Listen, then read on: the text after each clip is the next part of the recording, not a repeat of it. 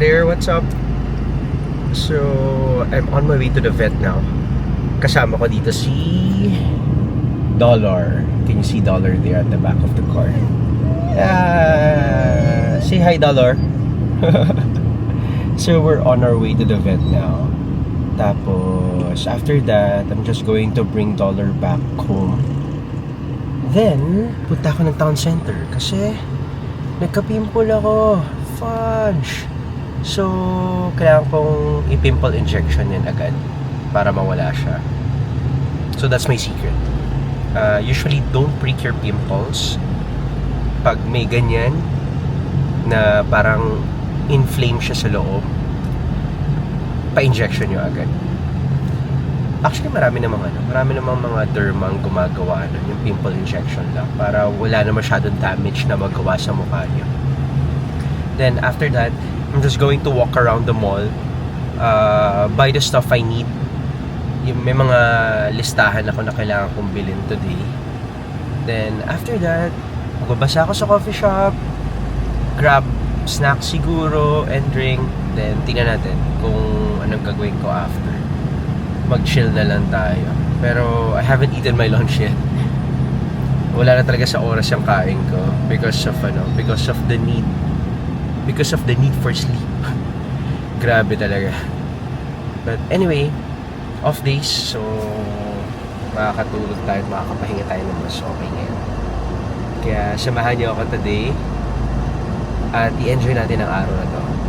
Okay? Yeah, right, Dollar? Right? Right, Dollar? Say hi to the vlog, Dollar.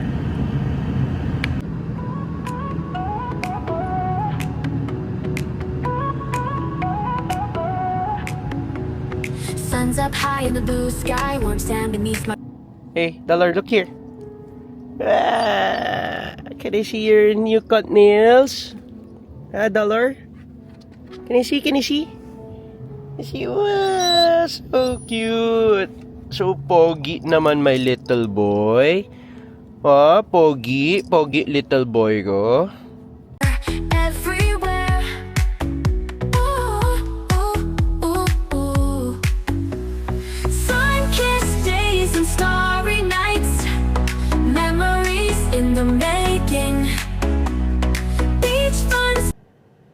Hey guys, so I'm back in the car now. Kakatapos ko lang ng mga errands ko dito sa town center. So, kanina, ginawa ko, nagpa-pimple injection ako. After that, I grabbed lunch from Team Hoan. Tapos, ano ba ginawa ko? Nagpa-haircut ako kasi feeling kong haba na ng buhok ko. Eh, hindi na siya masyado neat. Kaya, kung makikita nyo, bagong gupit na ako ulit. Tapos, after that, I walked around the mall to buy all the things I need to buy. Yung mga nasa listahan ko, sa mga reminders ko. So far naman, nabili ko naman yung mga kailangan ko. No impulse buying today.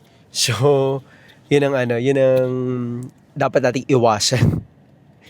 Ano pa ba? Ano mga binili ko? Parang wala na. Yun lang naman yung mga binili ko. Tapos, I'm thinking of buying yung recharge bottle ba yun? O charge bottle dun sa Hermes perfumes ko. Pero, feeling ko mas mahal kasi dito sa Rustans eh. May nakausap ako last time. Tapos sabi niya sa akin, mas mahal daw yung benta ng Rustans kesa bumili ako sa mga duty free abroad. So, kaya yun yung gusto kong i-consider para at least kung ano man yung masisave natin, sayang din yun, di ba? Baka mamaya may mabili pa ako ibang bagay dun sa masisave ko. But anyway, nandito ako ngayon sa parking lot ng town center. Thinking where to go next. I was supposed to read my book sa Starbucks dito sa mall. Kaya lang sobrang daming tao, sobrang puno ng Starbucks dito every weekend. So, sana may magbukas na Starbucks na alam mo yun, hidden gem na tago at walang masyadong tao.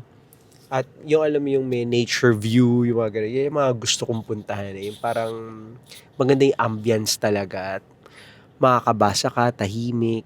Pero wala na yatang ganung lugar ngayon. Not unless na magbakasyon ka sa bundok. Anyway, tingnan natin kung pupunta ako sa sa West Parade na lang siguro para medyo tahimik konti. Konting tahimik. But anyway, gusto ko lang naman gusto ko lang naman magbasa ng book ko. Kaya yun. Kaya usually, mga tao rin dito sa town center, yung mga lokal dito, parang usually what we do is we just buy the things we need from the mall, tapos after that, alis na agad. Kasi, alam mo yun, rather than hanging out sa punong-punong tao na place, di ba? Hindi ka rin makaka-relax, hindi ka rin masyado makakapahinga, kaya it's better to go here if it's weekday. Trust me, ang layo ng value ng tao pag weekday dito compare sa weekends. Grabe, jam-pack talaga. But anyway, yun. So, mag-drive na tayo going to West Parade. At tingnan natin, doon lang tayo magbasa at mag-relax konti. Okay? See you guys!